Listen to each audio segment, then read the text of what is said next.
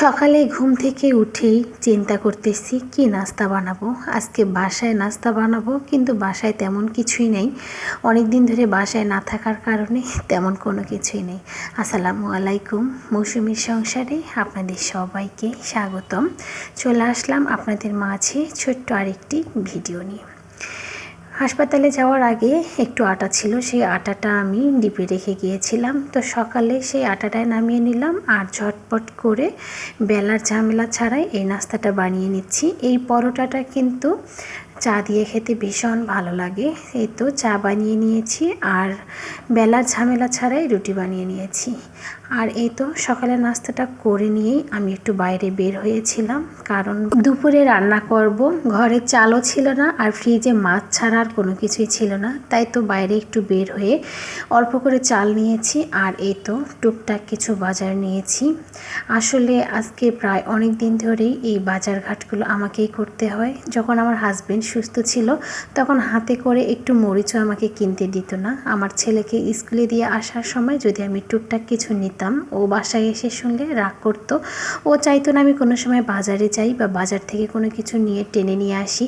কিন্তু সবই পরিস্থিতি এখন উল্টো দিকে, এখন বাজার ঘাট সব কিছু আমাকেই করতে হয়। আর গতকালকে মাছ রান্না করেছিলাম, ফ্রিজে অনেক দিন ধরে মাছ থাকার কারণে মাছটা স্বাদ লাগতেছিল না, তাই তো বাজারে গিয়ে আজকে মুরগি নিয়ে আসলাম। আর এই তো মুরগিটা কেটে মুরগিগুলো এখন ভালো করে ধুয়ে নিচ্ছি। মুরগির ভেতরে একটু পিচ্ছিল কিছু থেকেই যায়, যার কারণে লবণ দিয়ে একটু ঝাঁকিয়ে নিয়ে হাত দিয়ে ভালো করে কষলিয়ে ধুলে সেগুলো চলে যায়। আমি একটা মুরগি রান্না করব আর বাকি দুটো আমি ফ্রিজে রেখে দিলাম। আর এই তো সাথে একটু পটল ভাজি করব।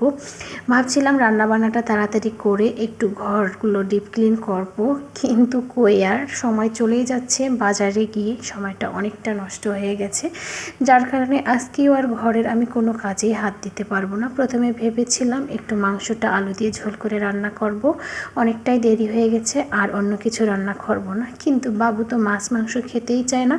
গতকালকে পটল ভাজি করে দিয়েছিলাম, ও অনেক সুন্দর মতো খেয়েছে, যার কারণে আজকেও পটল ভাজি করে নিলাম। বাসায় সবজি ছিল না, বাজারে রোদের কারণে বেশিক্ষণ দাঁড়াইনি, তাই তো সবজি না নিয়েই যা প্রয়োজনীয় জিনিস সেগুলোই নিয়ে চলে এসেছি।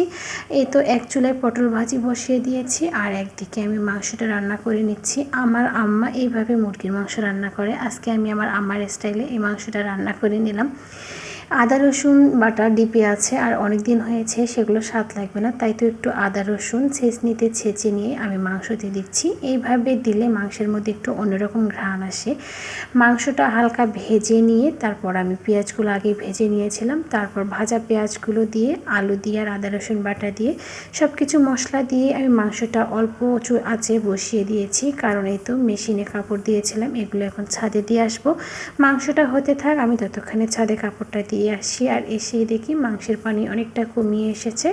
আমি অফ ক্যামেরায় মাংসটা একটু কষিয়ে নিয়ে ঝোলের পানি দিয়ে দিচ্ছি। আজকেও রান্নাবান্না করতে অনেকটা সময় গেছে। প্রতিদিনই ঘরের ডিপ ক্লিন করতে চাচ্ছি, কিন্তু সময় কুলে উঠতেছে না। বাইরে গেলে আর ঘরের কাজগুলো দেরি হয়ে যায়। গতকালকেও বাইরে গিয়েছিলাম, আজকেও, যার কারণে আমার একটু কাজ করতে সময় লাগতেছে। আর এই তো বাবুকে খিদে লেগেছিল আর ওকে একটু করে হাত দিয়ে খাওয়ানোর অভ্যাস করাচ্ছি, তাই তো ওকে খাবার দিয়ে দেই। যতটুকু খায় মানে হাত দিয়ে খাওয়ানোর অভ্যাস করতেছি, যেহেতু ওকেও খাওয়াই দিতে হয় ওর বাবাকেও খাওয়াই দিতে হয়। টেবিলটা অনেক নোংরা হয়েছিল, টেবিলটা পরিষ্কার করে খাবারগুলো নিয়ে এসেছি। আজকে এই পর্যন্তই, সবাই ভালো থাকবেন। আসসালামু আলাইকুম।